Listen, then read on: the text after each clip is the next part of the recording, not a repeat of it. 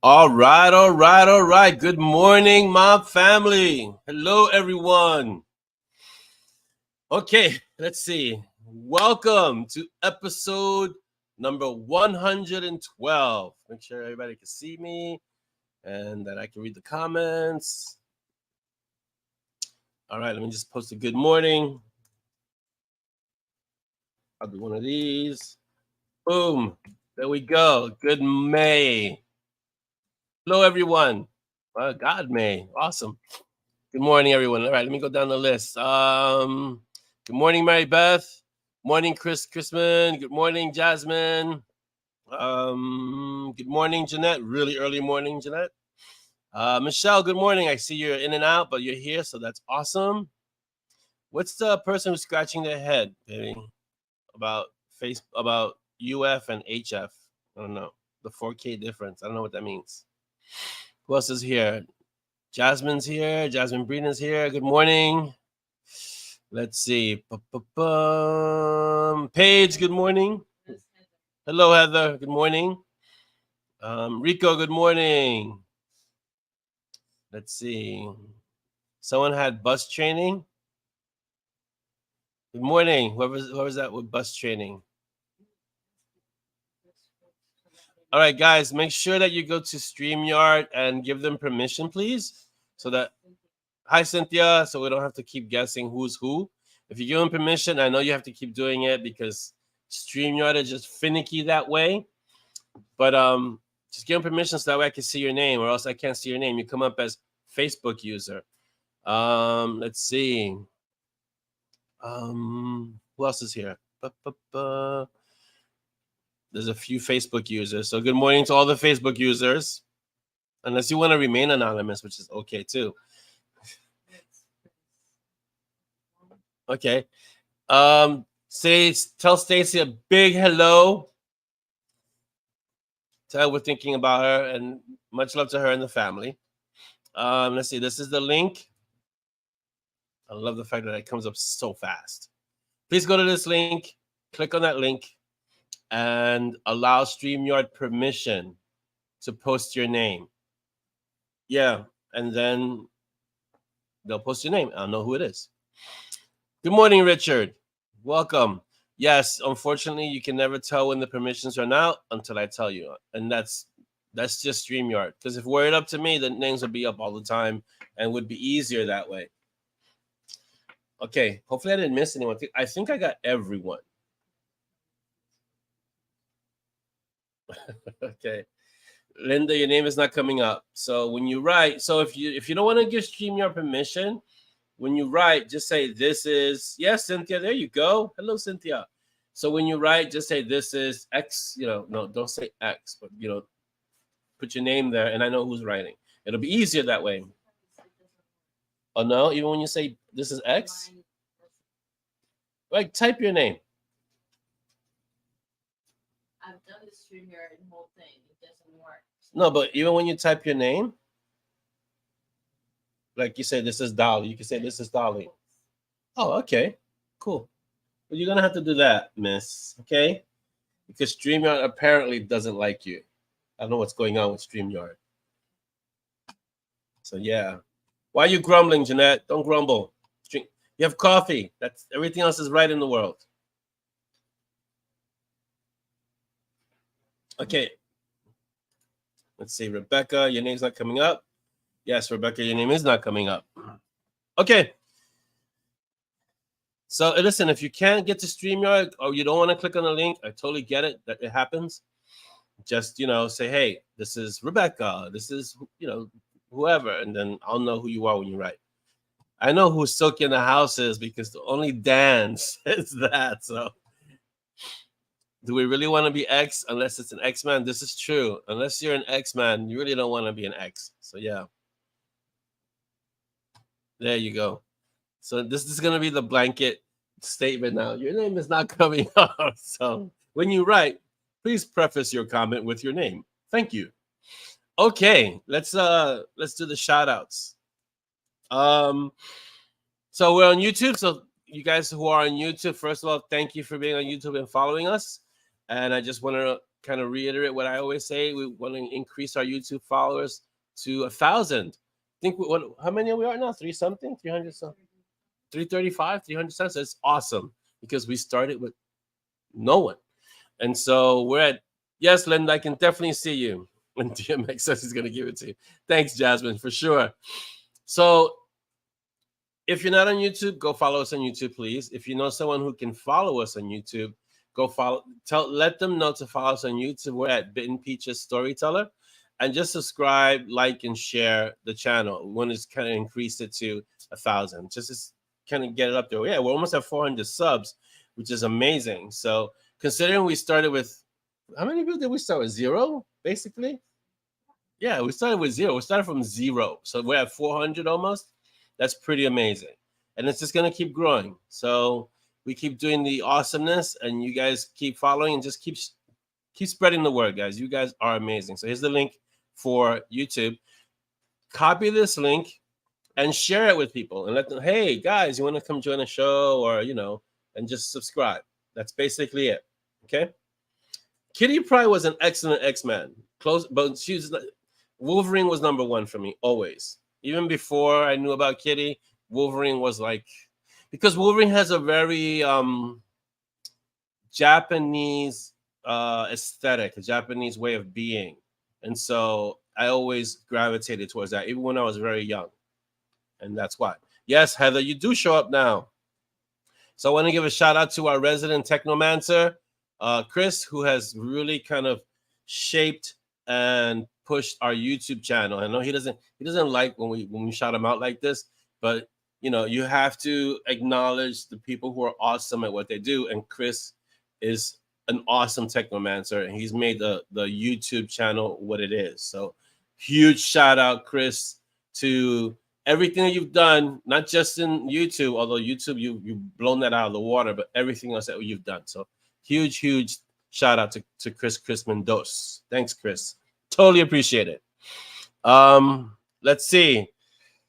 We're on Instagram. So I have been posting on Instagram. So I think I posted twice. So in the last week or so, I have a whole list of quotes to put up that Dolly gave me, because she managed to curate a whole bunch of stuff, and then I looked through a bunch of stuff, and then we put a list together, and it makes it easier for me to put these things up. They're all excerpts from the books, so it's basically just a matter of having it all in one place that I can look at it and then take it from that list and put it on Instagram. It makes life easier for me.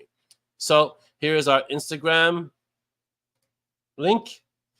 Go there, and you can follow us there. You can read excerpts. Some of them are funny. You also find book covers and things from related to the books. It's all related to the books, but you'll find excerpts and book covers and things like that. So go follow us on Instagram. So we're here at Ben Peaches on Instagram. You'll find us there. So go find us there. Who made it? I had to set up a new laptop first. Oh, Wendy. Welcome, Wendy. Good morning. Yes, between Kitty and Wolverine, that was a great kind of relationship that they had. So I really like that fact that they brought in Kitty, and then they made Wolverine kind of responsible for her, which was awesome. So yes, but Wolverine is the man. Wolverine is our patron saint of badassery. So yes, welcome back, Michelle. I know you're gonna be in and out and floating in and out. Do what you got to do. We're here. Don't worry about it. Just come in when you can, and if you have to go do something, go for it. Okay, and don't forget that we record this. So if you're watching the show later on, as it's not live, I want to give you a huge thank you for watching the show later. I know sometimes life gets in the way and we can't be here while the show is being, broadcast live, but you can always watch it later on, and that's why we record it and then put it up later so you can watch it and you don't miss a show. So do what you got to do, like Michelle's doing. She's like in and out and doing document stuff, and then you can always watch it later on and at your leisure. So at your leisure, depending on where you're from in the world. All right. Okay. Am I reading the Zazzle stuff? Where's the Zazzle stuff? So Zazzle, we have swag. Is our lead designer, which is our senior designer, working on stuff? Zoya. Oh, okay. Our senior. Are you the senior designer or the lead designer? Okay, I think Dolly's the senior designer, and our lead designer is Z, and she has a lot of school stuff going on, but she has a lot of swag projects that are coming up. So you saw her last batch, which was like Ezra's mug and a whole bunch of other things that she did. So she has other stuff like that she wants to do, but she also has school. So yeah, it's a lot of stuff that she's got to attend to first, in addition to fencing and track. And what else is she up to? She's up to so many things. She's up to a lot of things. So she's busy, but she's also the lead designer. So she's going to be doing some more stuff for the Zazzle store under the supervision of our senior designer, which is Dolly. Yeah, it's a lot of stuff. So here's the link for Zazzle, and go there. There's so much swag. I get overwhelmed because there's so much stuff. Here's the link for Zazzle. Use this referral link, please. And yeah, when Z starts doing stuff, I worry only because I know I'm gonna start buying stuff. I'm gonna want to buy stuff. So she is a very dangerous designer, because all her stuff, it sells. She creates some amazing things, and you want to get everything. Who's creating the character only fan pages? I'm not doing any OnlyFans. Sorry, that's not an area that I'm going that way. I'm not even going in that direction, Jasmine. You're in the wrong room. You got to go over to John's room for that one. Oh, we have, that's right. So we haven't promoted this in a while, but I want you to remember that we got to put that here, baby. We have the wiki page. So we have a wiki fandom page that's being spearheaded by Paige and Jeanette. So here's the link. So wait, make sure everyone has the Zazzle. I can put it back up if I need to. Here's the link for the fan page for wiki. If you have any ideas of stuff you can add, you can either send it to Paige and Jeanette, or I think you can add it to the wiki page itself. I don't know if it allows for it here. I think these are both I think they're both the same. Is it both the same? I think it's both the same. Anyway, so yeah, okay. So you can go there and either you can suggest stuff to Paige and Jeanette, or I don't know if wiki allows you to submit your own kind of information on the wiki page. I know some pages do and some pages don't. So your safest bet is if you have an account, I think you can, like what Chris is saying, you can add to the page. But if you don't have an account and something comes to mind or something you want to kind of bring up, send something to Paige or send something to Jeanette, and they can find a way to get it to the page itself. The page is coming along, but there's a lot of information that needs to be put on that page. Yeah, I think I agree, Chris. I think it's better to PM Paige, and she kind of has all the. Either one, Paige or Jeanette. Those two are the ones who are kind of spearheading it. And they'll get the information onto it. The only reason I say it's better because you kind of want the information funneling through a very select group, like in this case, Paige and Jeanette. And that way you don't have everyone trying to put something on the wiki page. If Paige and Jeanette have the information, they can kind of curate it and put what needs to be put on the page, So do it that way, and then I'll make sure, babe, we got to put it on the agenda for the next mob. Okay. Okay, so we have new patrons for our Patreon page. And we're going to discuss a little bit about our Patreon page. So we have Trish Brown, excuse me, new tongue. Trish Brown, Ken Miller, Susan Bowen, Marianne Sims, Dan Bergman, and upgrading was Ralph Knoll. So we have tiers in our Patreon, right? In the Magic Squad. If you haven't heard, let me share it with you. So the Magic Squad is Sorcerer, which is our second tier. Second tier, you receive the ebooks, right? So at Sorcerer, if you become a Sorcerer, because come on, why wouldn't you want to be a Sorcerer? At Sorcerer, you receive the ebooks I release as a gift, which is awesome. And you also get early access to the chapters. So you really want to consider being a patron because you get a lot of things early.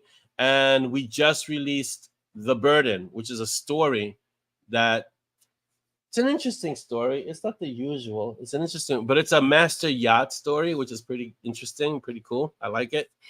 And so you get a lot of stuff early. You get a lot of stuff only that's exclusive to Patreon, and you kind of want to be part of that if you want to read those stories, because these are stories that you're not going to find anywhere else. So you really want to be part of our Patreon. So huge shout out to not only these people, these patrons that are new, but to all our patrons. You guys are amazing. You've supported us. You guys are incredible. I really, really, really appreciate you. Thank you so much. Okay, let's move on. The newsletter happening. Newsletter is happening. That's all I can tell you. Okay. We're on BookBub and we are on BingeBooks. So we have links. Do we have the links for BookBub and BingeBooks? But yeah. So on BookBub you go. You can just sign up. You can find me, follow me, and then leave your reviews of the books that you've read. Same thing for BingeBooks. You just find us there. You can follow me. You can leave your reviews, and then basically it's just a matter of when we start releasing more, you just can kind of keep track and keep current with what's happening. Let me just remove this comment. Awesome. Okay. Oh, do I? I kind of want to mention it though, but it's not the finished one. Okay, we're working on. Well, yeah, I can because it was mentioned in the mob, right? So you guys know Peanut and Cece. They're in the mob. They were in the last. Were they in Corpse Road? I think they were in Corpse Road. Yes, they were in Corpse Road. So Peanut and Cece have become reader favorites, right? Peanut has Kai, which is a drake, not a full dragon, kind of like a baby dragon, and Cece has Rags, which is her guardian. And so they've been around for a while, especially Cece. Peanut is a new addition to kind of the M&S world, right? And so I said, you know what? Why don't we?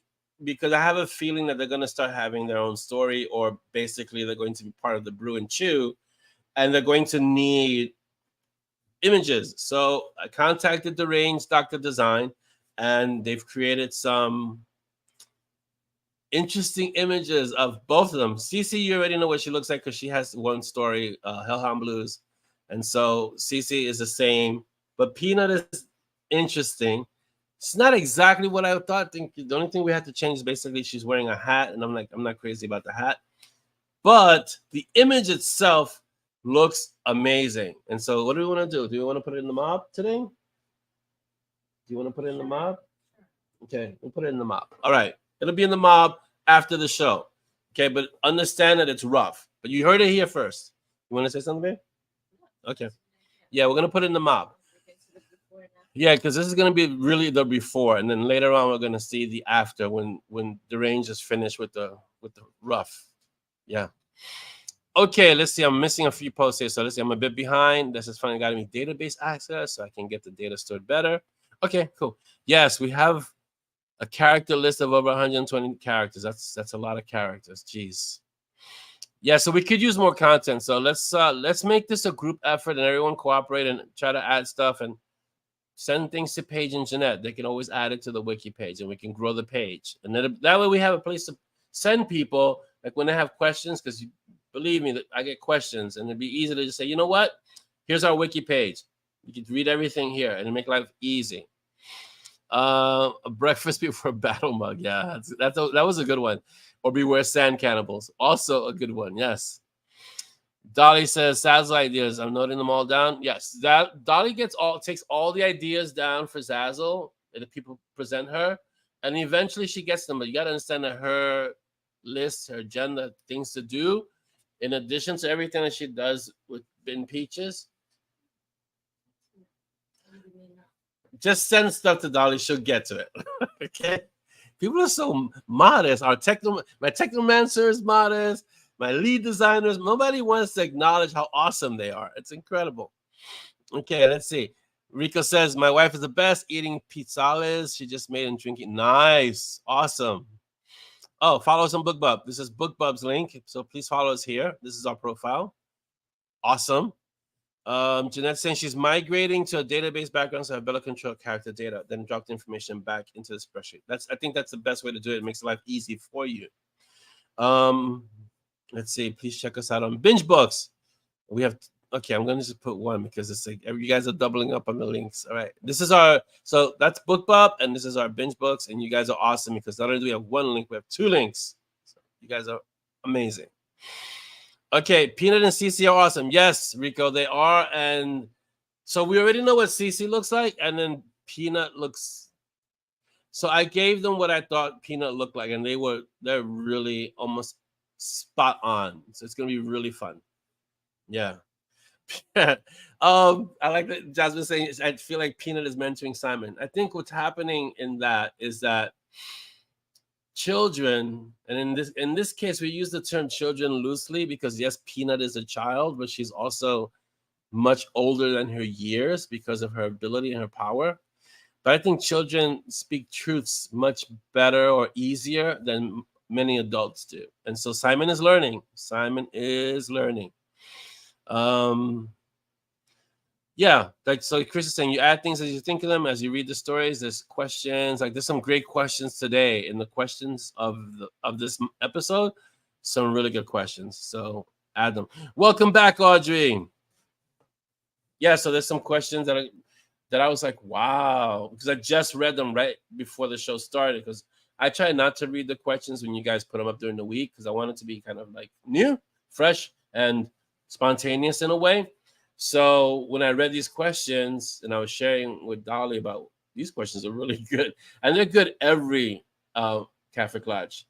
But today's questions were like, wow, okay, you guys are stepping up the game. It's amazing. And Audrey, who hasn't broken her streak yet, Audrey, what you need to do, Audrey, you need to set up like 100 questions, right? Oh, however many more MoB episodes we have for the year. And then what you do, so you can never break your streak, is that you can schedule them ahead of time so that even if you can't make an episode, your questions can make the episode. And we know that your presence is here with us no matter what. So you may want to consider that, Audrey, for sure. Okay, so book and audio updates. Corpse Road is out. So what do you guys think of Corpse Road? I know it's still a little. How do I define Corpse Road? Corpse Road is still a little esoteric, I want to say, confusing for some. Yes. Oh, pizzelles are Italian crispy cookie. That sounds good. I've never had a pizzelle. Pizzelle. Pizzelle. We've got to get some pizzelles, okay? Let's figure out a way to make this happen. We do learn from our children. This is very true. Yes. We could do YouTube shorts of Audrey. Yeah, we could. We could do YouTube shorts of Audrey's questions. Audrey Sienki's questions, for sure. What is Heather saying? I wonder if by the time Simon gets to what the Morrigan told him he'll be able to translate mage. Probably not. He's not a mage, so he might understand it, but speaking in that method or conveying ideas in that way might be beyond him, at least for a long time, you know? Go pretend, Jasmine, and then have fun, have a great weekend. If you can come back, but if not, have a great weekend. Thank you for being here, and thank you for dropping in and saying hello, and please let Stacy know that we say hello. Rico posted, I was so sad when it was over. You know, Rico, I didn't think it would be as long as it was because it was such a hard idea to wrangle, the whole Corpse Road thing and what Monty had to go through and how Simon was going to help him get through it. And I don't want to spoil it, so if you haven't read it, please let me know. But it was a bit out there in terms of ideas for Monty and Strong. It was interesting, yeah. Reading the story for a second time. Hold on, I'm reading Jeanette's again. Let's see. Data I'm collecting, collating, character in book with notation. For mention of die, character aliases. Wow, yeah. Vehicles of the M&S World. That in itself is its own thing. Weaponry, which is another thing. Who owns what? And spell cast, Easter egg. Oh, the Easter eggs is long. Linked books. You got a lot of work cut out for both of you. You and Paige have a lot of work ahead of you. Yeah. What is Wendy saying? Reading the story for a second time, Corpse Road became much clearer as many. Yeah. It's really clear to me, but only because I spend a lot of time with the story, right? Like I write it, then it gets shredded, Dolly shreds it, then the art shreds it, then the editor shreds it, and it's like after all those, I kind of distill the essence of the story after a while, so it becomes really familiar to me. And then I want to bring in the asteroid and kind of wipe everything out because by the last shred, by the last edit, I'm done. I said, okay, let's move to the next story. But it does become clearer each time you read it, for sure. I agree. Who's saying it was good humanizing Monty? Yes, Tommy, and welcome. I think it was good. I think it was good to see that part of Monty because, you know, he's a mage and he's got this power and this whole thing, and you know the way he was brought up, and sometimes the way he acts is a little distant, and you get to see a little different part of Monty, and you get to see him kind of relating to Simon in a different way, which is good, and you get to see Simon grow. The key is that they both have to grow in their own way. It's really important, you know. See, Tommy, you didn't go to StreamYard. You got the disclaimer. Your name isn't coming up. Please preface. I love how That comment is coming from someone whose name isn't coming up. That is excellent.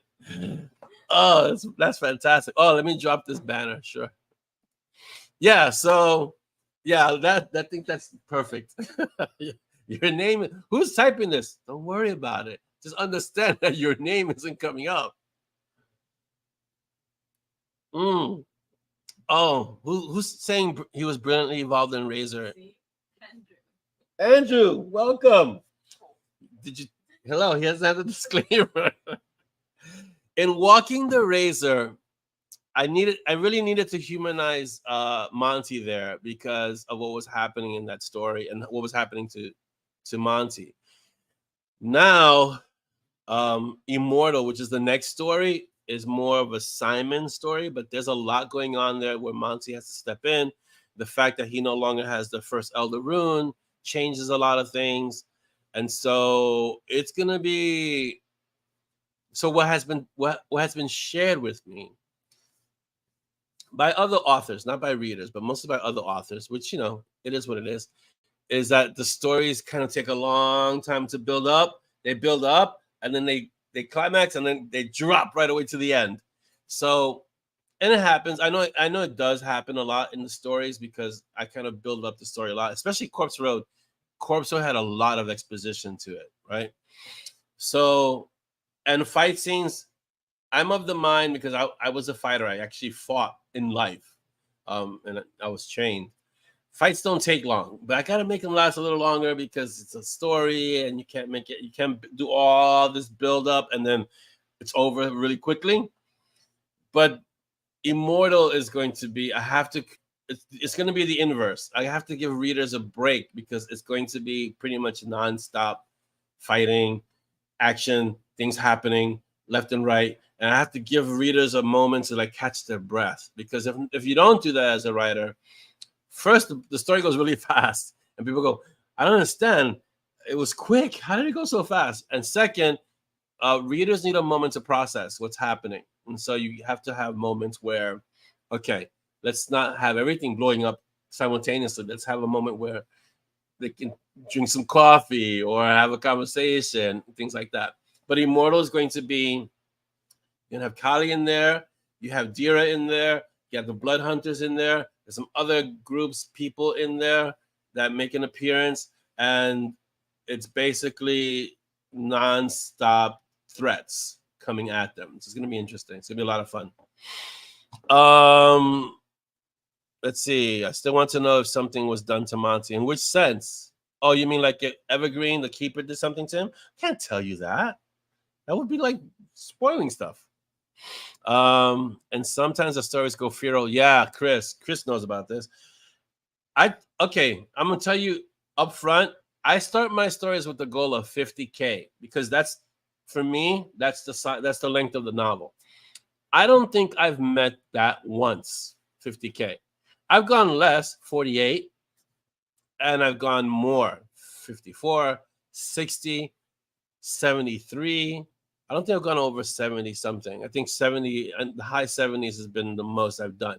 But I've never met 50K because the stories do go feral. And by feral, I mean, it's not that I wanted to go long, is that the story needs to go longer to explain certain things. And I can't keep it at 50K without cutting things that are important to the story. And if I cut those things, then the story won't make sense. So I have to go longer. And that's just the way it is. So sometimes I'll always start 50K as a goal. I never meet that goal. I always exceed that goal, Let's see. I believe those fights. I try to write them authentically, even though there's magic involved, and but I try to write the fighting part of the fight scene authentically because I have done that, Let's see. Andrew, he's more to me than any brother beautiful. Yes, that is an awesome line. I love that line because it kind of speaks to how Simon and Monty have grown together over time. And that's really important. And don't forget that Monty had, William is still out there somewhere, maybe. So yeah, it's really important. Let's see. I found a YouTube video of someone dual wielding in a suit. A good visual. Yeah, You can find all of that on YouTube. It's really there, you know. Yeah, Chris, I shoot for 50K, and I don't hit it, but I shoot. It's good to have a goal. You know what I mean? Like as a writer, you want to have a goal because you don't want to just have no goal, and because then you'll just write and write and write and write, and eventually you're at 300K. So now you have epic stories. Now you're in epic fantasy land, you know. So you kind of want to have a goal. Like a 300K book for me is like, I want to say 1, 2, 3, 4, about 6 books. So, and you can write a 300K book. Lord of the Rings, the trilogy, was originally presented to the agent, I guess, as one book with 3 parts. And the idea was, no, we got to break this up into 3 books because it's just too big as one book, which I agree. I mean, it'd be like the Silmarillion. The Silmarillion isn't big, but it's dense. So I try to keep it to 50K. Also because with 50K or around in that neighborhood, you can actually get to that book fairly fast. You can read it quickly and enjoy it, and then you can go back and read it again. So yeah, for sure. We need Herc merch. So you got that? You hearing this? Herc merch. Let's see the shirt. Dex's Raven. It's a raven. I don't know if it's Dex's Raven, but it's a raven for sure. Let's see. Wendy says the very end was delightfully dark and foreboding, or maybe that's foreshadowing. Kind of both. We don't want to spoil that part, Wendy, but that's what leads into Immortal. But that very end, I wasn't going to include it, but I felt that it needed to be there, and I don't know why. That doesn't happen with every book. In the beginning stories, Tomb Yards, Full Moon Howl, Blood is Thicker, I used to include the first chapter of the next book. And then I stopped doing that for various reasons. 1, I didn't want to give too much of the next story away. 2, Amazon was a little funky back then. And so they were like, hey, you can't put this much stuff in the back or whatever. You know, you're trying to game the system. So we kind of stopped that. But every so often, I will include something in the back of the book that either alludes to another tangent or alludes to the next story. So I did it with Monty. What book was it that Monty? Was it Lost Runes? Where Monty became the Harbinger. I did it with Monty when he became the Harbinger for a very, very short time. He was there with Gray. And that kind of had to happen because that wrapped up that whole story. So that needed to happen that way. And I did it with Corpse Road because I needed a bridge kind of to get to Immortal in a way that made sense without just starting like, because of the way Immortal is going to start, it hits the ground running. And a lot of my stories hit the ground running, yes, but this one really hits the ground, like really, you're going to be like, huh, what? And so I wanted to have some kind of ramp up to it without giving too much away, if that makes sense. Yeah. So yeah, so that's why I do that. Sometimes I do that, sometimes I don't. Sometimes it just goes, yeah. Okay, so what is HF? High fantasy? Is that what we're discussing? Because I consider HF to be like epic fantasy, if it's high fantasy, you know? So yeah, but high fantasy or epic fantasy is usually in the 100K range. Yeah, it's usually high fantasy is usually the 100K range because there's all the world building. You gotta create the world, and you gotta create the setting, and you gotta create these characters, and they all have to have these backstories, and it's a whole process. And then you've got to kind of ease all the readers into this world, and you're usually following one character, and that person has to kind of grow through everything, and it gets all of that. By the time you're done with that and you haven't really gotten to the story yet, you're almost at 40-50K. So just with that part, and then you get to the story, and then it's like, but high fantasy readers expect that. They want that. They want the slow burn, the build up, we're gonna follow this character as he gets through all this, as he learns, as he has these mistakes, as he has these pitfalls and these errors, and we're there with the character, and he's growing and she's growing. That's high fantasy. Urban fantasy is more, and I don't even know if it's more like what I do. Urban fantasy is more, you're in this, obviously it's in a modern setting, and it's a little bit more action oriented, but it's not long like 100K. I mean, I've seen urban fantasies that could be long, but urban fantasy is usually fast and furious. It's usually hits hard and let's go. You got to get to the story now, kind of thing. That's how urban fantasy is. So I enjoy both. I mean, I grew up with high fantasy. I grew up with the Sword of Shannara, and I grew up with Lord of the Rings, and I grew up with all the Xanth novels. I mean, that was Piers Anthony, and all these authors were kind of what I read when I was growing up, so I'm familiar with it. Then I'm also familiar with all the sci-fi like Asimov and Heinlein and Frank Herbert, and and that was very different from high fantasy. Although sci-fi could be that way too.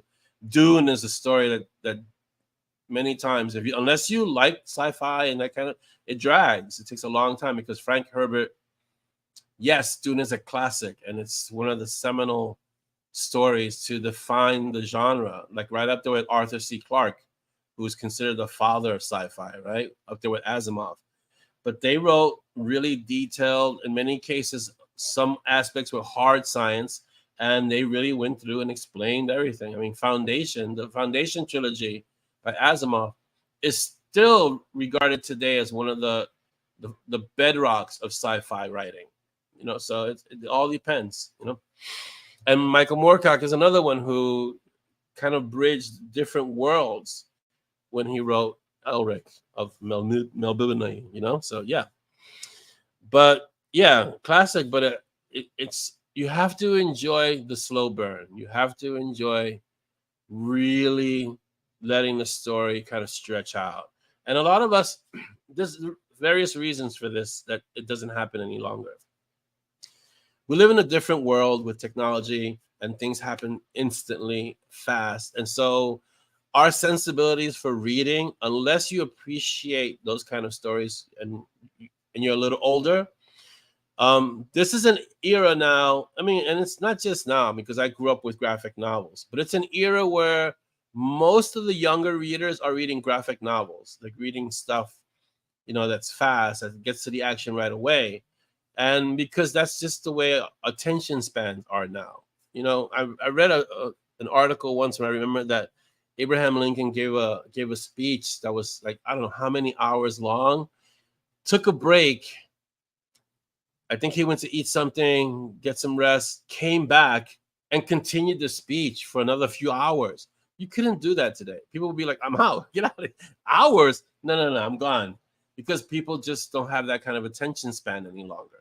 Because technology has shortened our attention spans. So, it's just it's a sensibility of how we are as readers also. It's a good indicator of where we are as readers. But epic fantasy still has an incredible reader base of people who love epic fantasy. Yeah. So it all depends. Let's see. I missed a few of your comments. So let me see. Wow. Okay. You guys are really sharing. Let's see. We need Herc merch. That's where I left off, right? We need Herc merch.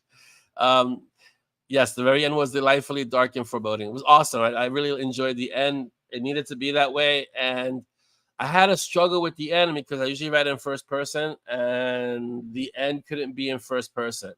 It needed to be in third, and so I was like, okay, do I include this or do I leave it out? Because if it's in first person, it's not going to make the same kind of sense. It's not going to have that same impact because it needs to kind of be like, this is what's coming.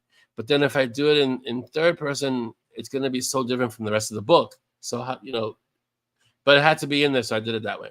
Hopefully it works. Need some more Morrigan and Dex. I don't know. We had a lot of Morrigan and Dex in Corpse Road. In, let's see, Corpse Road, we had our in Entropy. We had them in Archmage. We had a lot. Okay, granted, it hasn't been the whole book, but we've had a lot of cameos of Dex and the Morrigan. We're going to give them a little bit of a break for the next book, I think. Let's see. Yeah, when he was trying to dance around spoilers, you have to sometimes because not at this point, not everyone has read Corpse Road. So yeah. Let's see. Will we get a fun short story with Dex and the Morrigan? Maybe a beach vacation. I don't know about that, but maybe. I think it'd be sooner. It would happen with Monty and Simon than Morrigan and Dex. Morrigan and Dex alone on a beach. The potential for that venturing into not safe for work writing is great. So yeah, I'm a little wary about writing stories with just the Morrigan and Dex.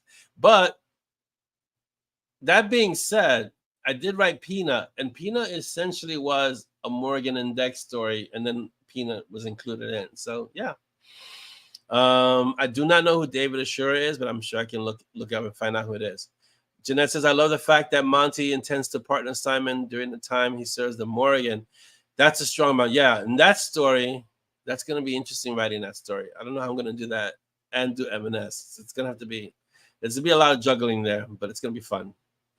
I can't see the authors that I know that do high fantasy or epic fantasy. They write like one book a year, basically, because it just takes, they're just so big and they take so long. And if you think about a book that's 150K or 200K, that's a lot of writing. And then don't forget, you got to edit all of that. And then there's tweaking and then there's revising. And that's basically the whole year in one book. I can't do that.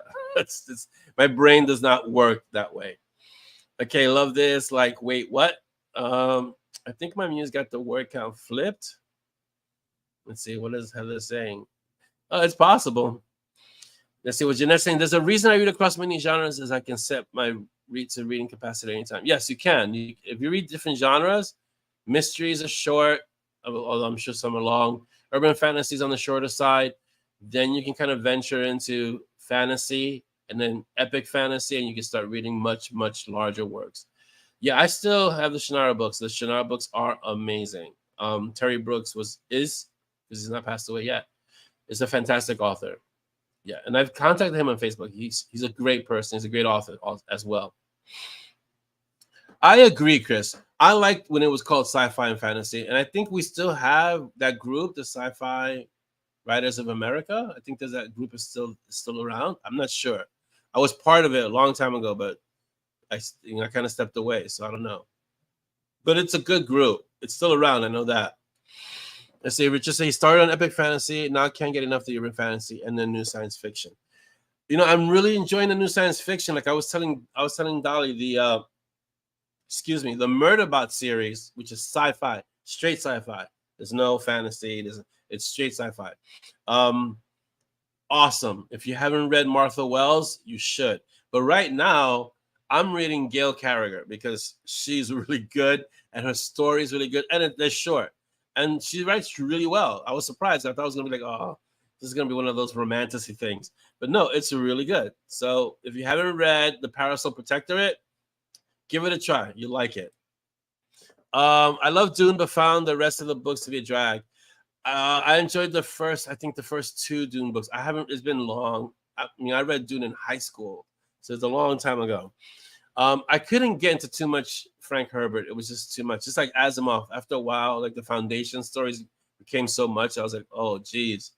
But Michael Moorcock, I enjoyed all of his books, all of the Elric books. And then there were graphic novels, and I enjoyed those too. So it depends. I guess it all depends where you are as a reader, you know? Yeah, Marie is saying, hi, Marie, welcome. The Foundation grew so large, it's hard to be read. Yeah, it grew and grew and grew. Yeah. So it's like that. It depends on where you are as a reader, and it depends on the story that you're reading. Sometimes you're ready for certain stories. Sometimes you got to wait. Piers Anthony holds a special place in my life because Piers Anthony is like an amazing, amazing author. Okay, before we continue, let me get to the book and audio updates. All right, because we started with Corpse Road and kind of just keep going from there. All right, so Corpse Road is out. If you haven't left a review, please leave a review because it does help the book. Endgame Tango, which is book 3 of the Treadwell Supernatural Directive, is being written now, and I will release a snippet on Monday. So you guys have kind of a little bit of break over the weekend, and on Monday I'll release a snippet. Okay, so you can look forward to that. That's coming out. There's a special guest mage in Endgame Tango. I think you'll like this special guest. The next Mountain Strong, which is book 23. Is it book 23 already? Wow. Okay. Immortal starts early March. So that's what I'm going to be doing in early March, right after Endgame Tango is done and out. And just a heads up, we have signed paperbacks. We have signed Shadow Queen and signed Corpse Road. So don't forget to order yours if you haven't got one yet. I know there's so many people out there who are like completionists and they want to have the entire series signed. So now you can do that. Now you can get all the books signed. So order them. You go to the website, www.orlandoasanchez.com, and you can order the books there. You can get them all signed. What else do we have? We have some new swag for Corpse Road. Oh, yeah, there's some new swag for Corpse Road. And all our audiobooks are now on Spotify. And yes, when is the new audiobook coming out? Because it's going to be asked. Bum, bum, bum. The new audiobook is going to be coming out soon. We're working on it. We got to make sure we coordinate everything with Kevin. But book number 17, no, that's not right. It is right. Oh my God, 17. Book number 17, Blood Lessons, is the next book, even though we're on book number 23 coming up, 22 actually. So Blood Lessons is coming up for the next audiobook. And once we have it in the production schedule, if you see me looking up because I'm looking at the list of books, once we have it on the production schedule, everyone in the mob will know. So do not worry, do not despair. Okay? But if you go to Spotify to listen to the audiobooks, the Monty and Struggle audiobooks, you get, if you become a premium subscriber to Spotify, you get 15 hours. Is it free hours? So if you're a premium subscriber, you get 15 hours included to listen to whatever you want. I mean, Monty and Strong, obviously, but you know, that's pretty awesome. So that's a pretty good deal, actually. Okay, let's see. It's just that a lot of premium Spotify members did not know that. Oh, okay. So if you didn't know, if you're a Spotify member, now you know. You can get 15 hours free if you're a premium subscriber to Spotify. So jump on that because I'm pretty sure they're going to discontinue that in the near future. So go get it. Michelle says, Xanth, because Xanth is awesome. Yes. And the Immortal series, again, awesome. The real world is much smaller place than it was. Yeah, it's much, much smaller now, for sure, with technology. David Eddings. David Eddings is a great author. I think I read everything he wrote. Hard sci-fi in the late 70s. I wasn't as much into it because I was still kind of young, but I started getting it into the early 80s. I was getting into it for sure. Who said Nana in the 10? Nana in the 10. You don't know how many stories still need to be written. There's a lot. So many. Let's see. I still want to see, there's another Facebook user. I still want to see Dex take some names for a chapter or two. Really give the villains a piece of something to ponder. We can't unleash Dex too much because he's dangerous. If you unleash him, if you give him too much freedom, too many things are at risk. He has to be tightly reined in and controlled. Mercedes Lackey, and I was lucky enough to have a book dealer this is Jeanette saying, who has access, so I had autographed copies. Wow, that's amazing. I don't know, you probably can't get that now. First editions, amazing. Let's see. Andrew says high fantasy gives me reader burnout. I hate to admit that. There's nothing wrong with it. The books are long, and you really have to invest a lot of time into reading them. Yeah, so it's like that. And hello all, better late than never. Who was that? Trisha. Welcome, Trisha. Let's see, Jeanette says the covers also. Yeah, the covers back then were art. I still remember I still remember when I was growing up, the Conan the Barbarian, the covers of the books, which were done by Frazetta and Vallejo. Those covers were art. It was incredible. And most of the fantasy covers were art. It was incredible.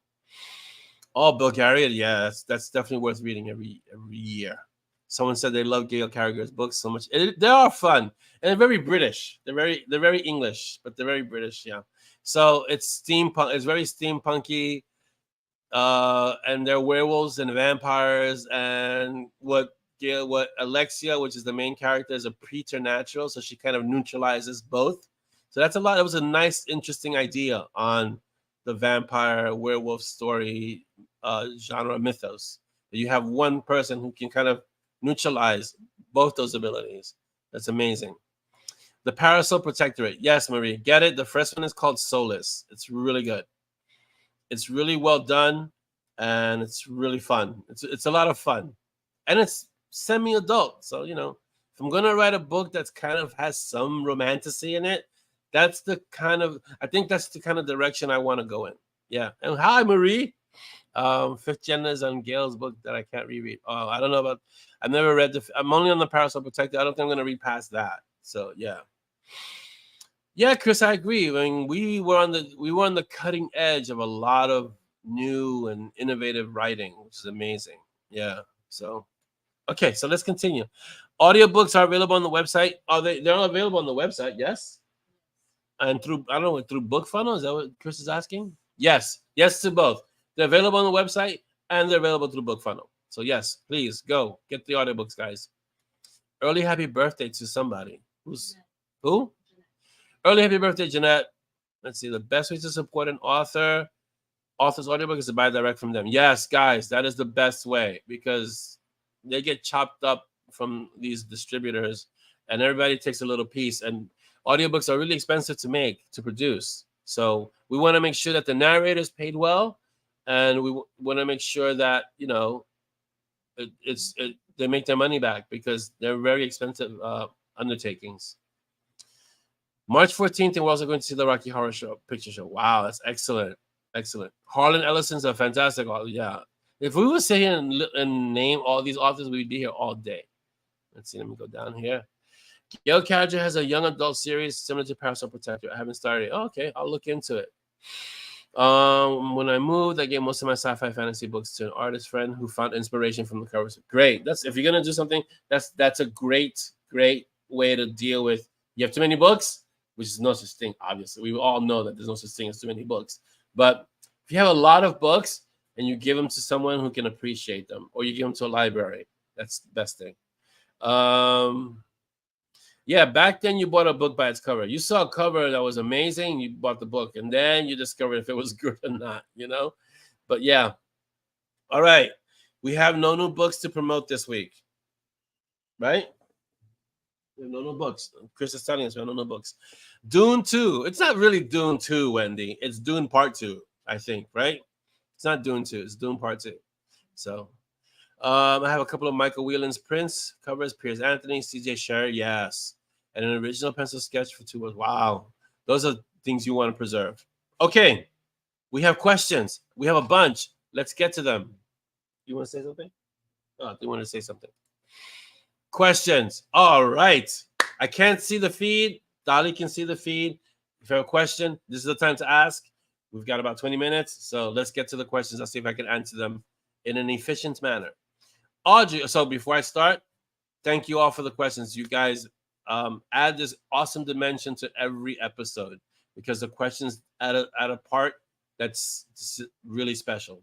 So thank you for your questions. Thank you for writing these questions and thinking of them because a lot of them make me ponder. It's amazing. Okay, Audrey, who's keeping her streak going, asks, Orlando, does writing energize or exhaust you? A little bit of both. Like when I'm writing or about to write, I'm energized. But after I'm writing, depends on how long I've been writing within the day, and depends on how long I've been writing for a whole project.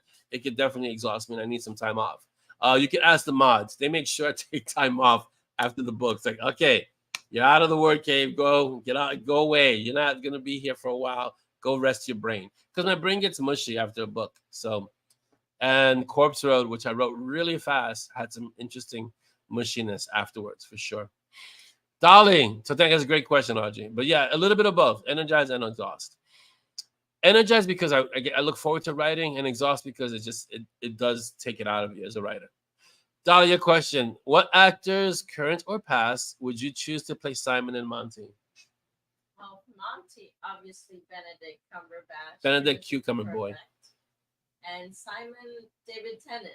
He's got that. Really? Yeah. He has a British accent. Okay, I'm sure he can do an American accent. He's not bad though. I never thought of David Tennant. Right, That's good. He's got the attitude. Yeah. He's very. It's just that you know what it is. I have a hard time seeing him as anything but Doctor Who. Because he was a little bit like that. Oh yeah, he was totally like that. He had the sarcasm and everything. That's an interesting casting. Benedict Cucumber Boy, definitely. That's a no-brainer. David Tennant is fun. I need to send David Tennant, not David, Benedict. I need to send him all the books. I say, you need to be Monty. Get on it. Or his agent, you know. Okay, great question. Good answer. I never expected David Tennant. That's really cool. All right, Orlando, what's something that really bothers you but doesn't seem to annoy others? Oh, geez. Do I have something that really bothers me that doesn't seem to annoy others?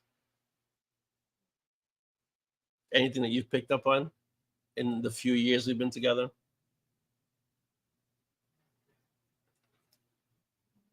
I don't know. Usually, if something bothers me, it bothers other people too. Usually, I don't actually. I'm not really bothered by much that I can point to.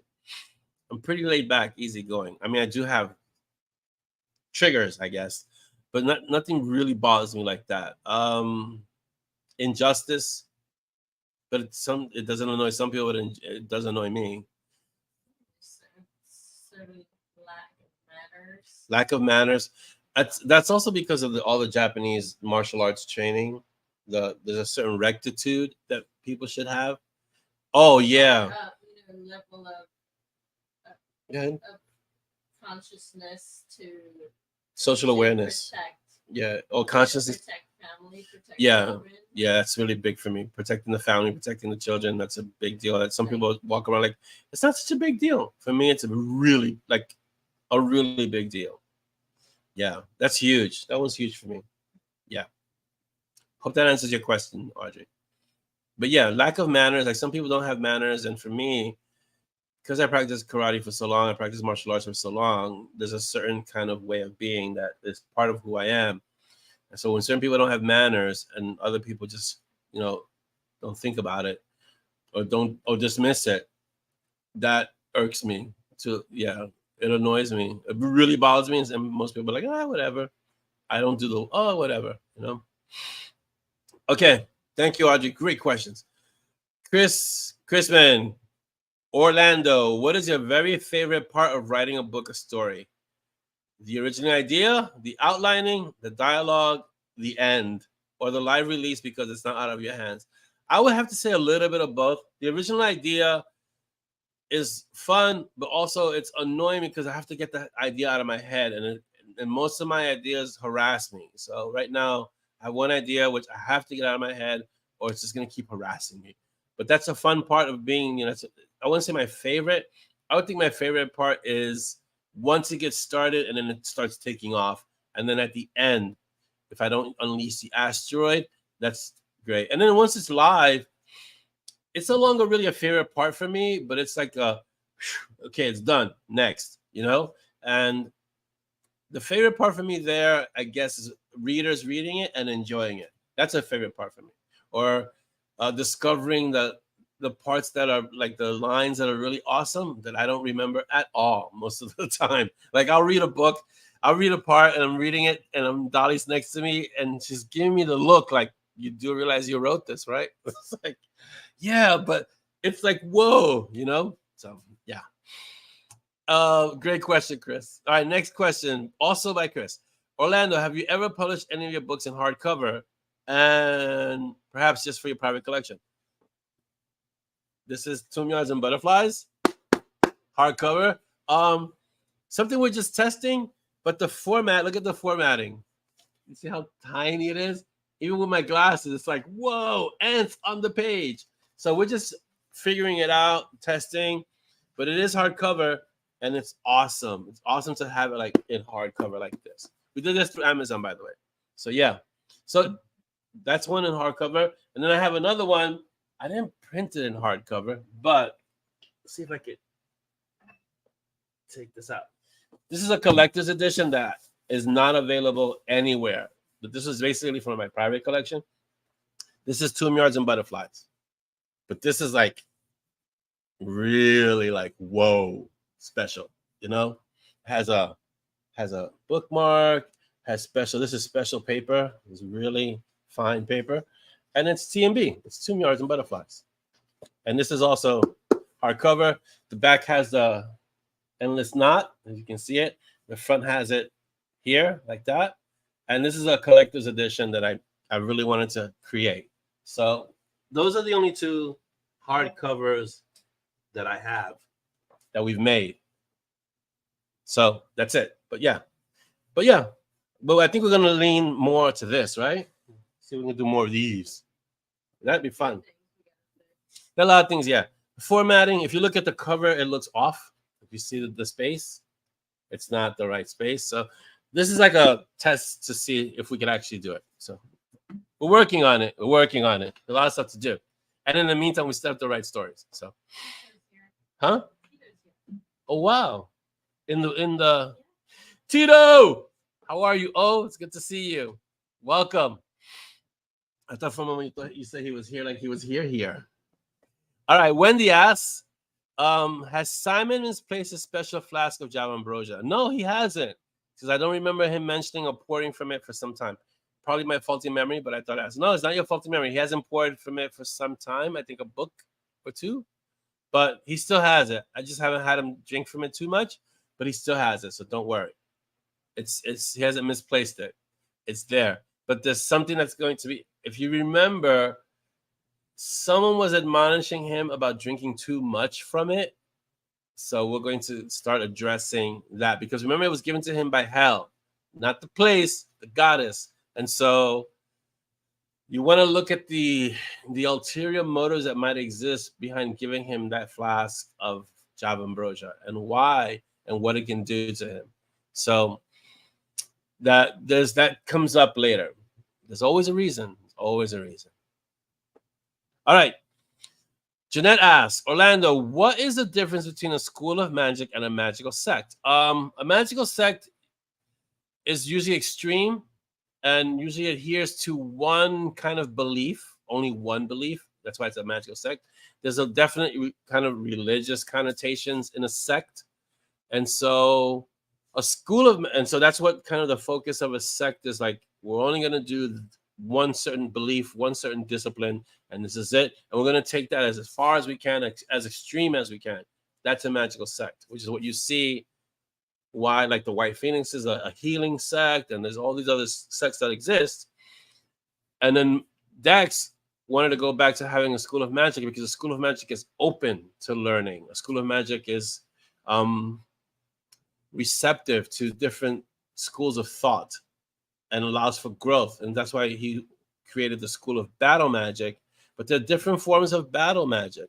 And so if you just have the Golden Circle sect, you're not being open to, well, we can try different approaches to learning battle magic or to teaching battle magic. And so Dex created the school again, or recreated the school, and kind of appropriated the school, because he doesn't want to have the new mages that are created, that are taught. Are you guys having a problem? Is it freezing? See what they say. Is it freezing up for you guys? Let me know.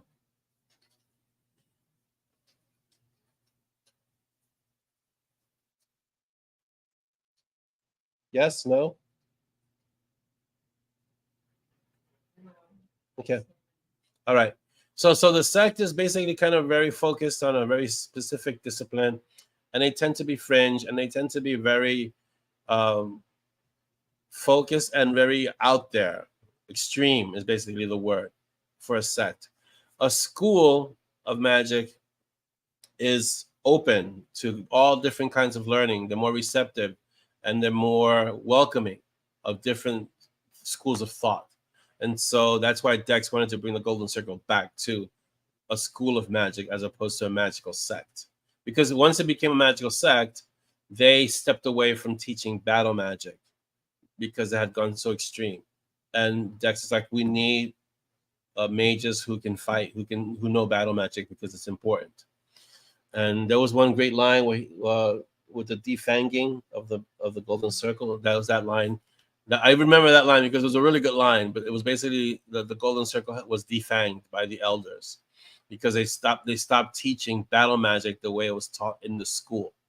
And they had their own, they adhered to a very specific methodology. And that kind of, I won't go into the spoiler, but that kind of allowed for things to happen that happened in Corpse Road. Okay, next.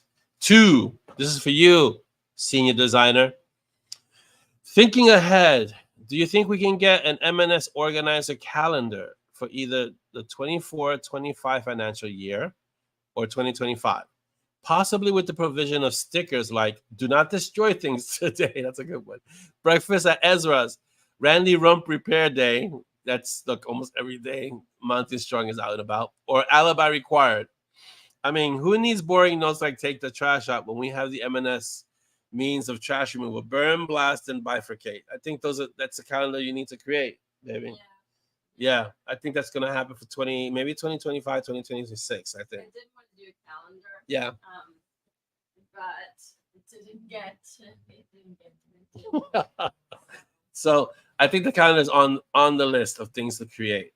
And I think that's all the questions. Let me see if there's any more questions in the room itself. Are there questions? No. Okay, awesome. Let's see. No issues for them. Okay. It could be because of the location. Yeah. Oh, Rico asks, how do you feel about feedback from the live, the readers? I don't understand the question. From the live? When you were talking about,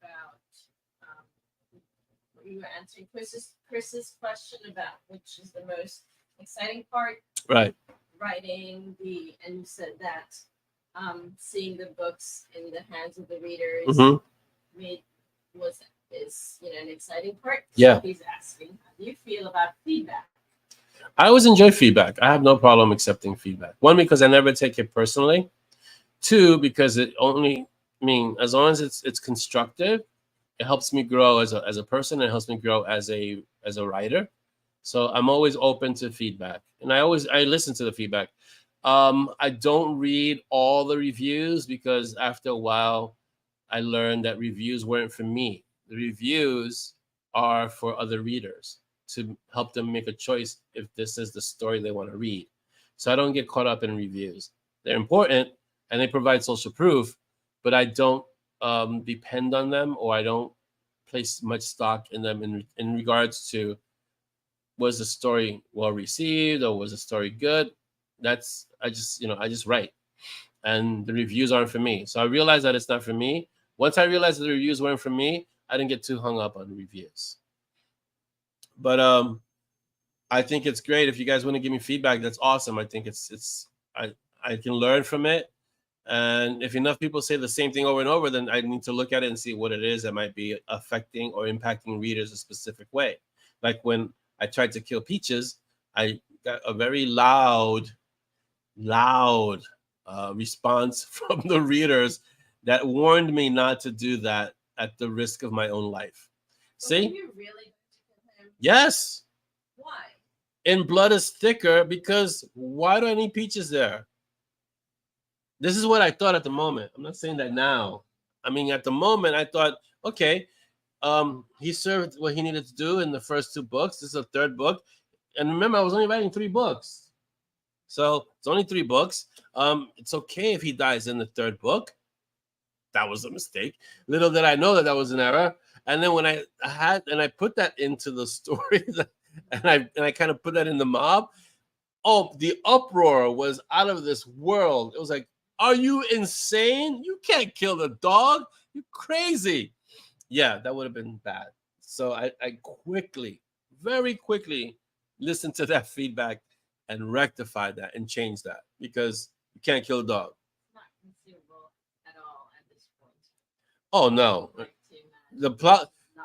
There was a post where there was a dog armor. I don't know if you saw it in the MoB. There was a dog, like a stuffed animal, whatever, and they had armor for a dog, like when they go hunting. Peaches has armor much better than that. It's much better than that. The plot armor that Peaches has, I'm telling you, I think I told Chris this. Everything in the Mountain Strong world can blow up and die and explode and disintegrate. And after the dust clears, you'll see Peaches standing there. He'd be okay. So yes, the John Wick rule is permanent with Peaches. It's forever. It doesn't change.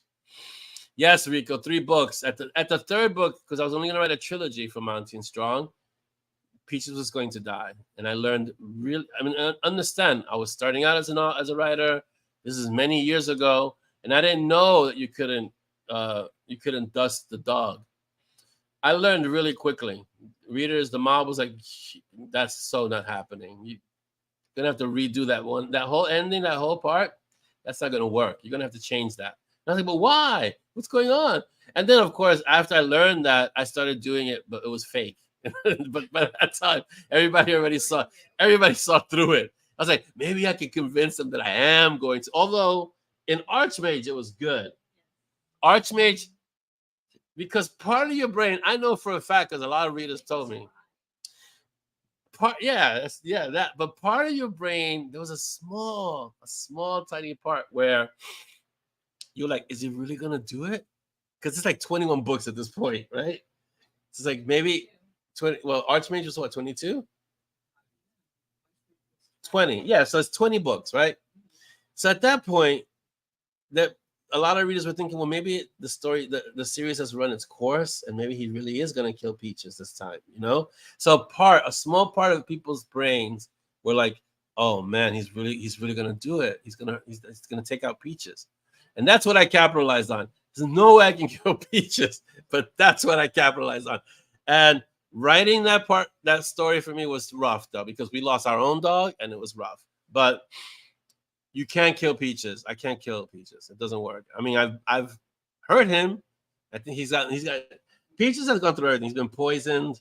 He's been beat up. He's been flung across. He's been thrown off a roof recently. He's been stabbed. Jeez, Peaches. Yeah, Peaches has gone through a lot, but can't kill him. Cannot. Go ahead. We know it's not the last book. No. I think we saw through that. Because there's so many threads running that. True. The next book cannot be the last one. Right. Immortal can't be the last book. So whatever you do to Peaches, we know he's not No. dying. So we got Immortal, Resolutions, Outcast, Saints and Monks, Mages and Monsters, Deadeye, Nemesis, Chaos Rising, Paper Dragons, Phantom Pain, Dark Flame, Dark Mage, Chaos Rising again. That's it. Yeah. So. That's up to book 34, and there's more, but it's not on the list. So the series hasn't ended. Hasn't ended, and doesn't look like it's going to end anytime soon. So Peaches has to survive until the last book, and probably beyond that too. So, all right. So listen, let me read this. Let me read the last post, and then we'll wrap it up. Let's see. Good example of a character taking over a story. Yeah, Peaches took over the story. Peaches is the heart of Mounting Strong. And if I have to say another character or other characters who've done that, Nixia took over her series. Bug definitely took over her series. And surprisingly, I didn't even expect this one. Iker took over his series. Like, I mean, it's his series, but... Oh, Anu. Are people liking Anu? Yes. Really? It's divided, but some people want. Some people can't stand Anu. Anu is a great character. I'll have to develop him more. He is coming back. So for those of you who don't like Anu, I'm sorry. He has to come back. Okay. So Rico says, thank you for not killing Peaches. More importantly, for making Peaches such a great character. Of course, there's always a rule of three. No more M&S now. M&S and the Mighty Peaches. Yeah. It changed from M&S to MS and P, and now it's MS and the Mighty Peaches. That's the way it happens. Yeah. Julian did severely misjudge, and that worked. Yes, he did severely misjudge, and that was perfect, because as a archmage, he has a certain arrogance to him, and he needed to learn that he made a mistake, and that was excellent. But we have a new inductee into the red shirts. For Immortal, we will. Yes, I'm gonna pose it to the mob, and we'll see what people come up with in terms of questions. But yes, we'll have a new inductee for the red shirts for sure, because it's a great thing to do, and we haven't done it for a few books, and I want to kind of include it in the next book anymore, especially in Immortal. That's going to be awesome. All right, we have had a fantastic show. Thank you, everyone. Tito, it's always good to see you. Thank you for being here. It's awesome that you made time to come here. All of you, thank you so much for being here. You guys are fantastic. I always look forward to the mob. It always happens way too fast. Like, this mob came. I didn't realize. It's like when I saw that it was this week, it's like there's something wrong with the calendar. It's got to be. I can't believe it's like the 9th already, and we're gonna have a mob this week. So, love you, Tito. You guys are awesome. Thank you for being here. Thank you so much for spending some time. I mean, if you can spend the whole time, it's great. If you can spend 5 minutes is great. If you spend 10 minutes, whatever the time you can spend hanging out here, it's awesome to have you here. So thank you all. You guys, we've got this. This is gonna be one of the most biggest 30 people we have today. That's a lot of people. You guys are amazing. Fantastic. All right, so the 3 B's, right? You want to be kind, you want to be unstoppable, and you want to be uncommon, okay? So remember that, live that in your life. You guys keep reading. I'm going to keep writing because that's what we do. And I will put up the image of Cece and Peanut. But now we're going to pick the closing music.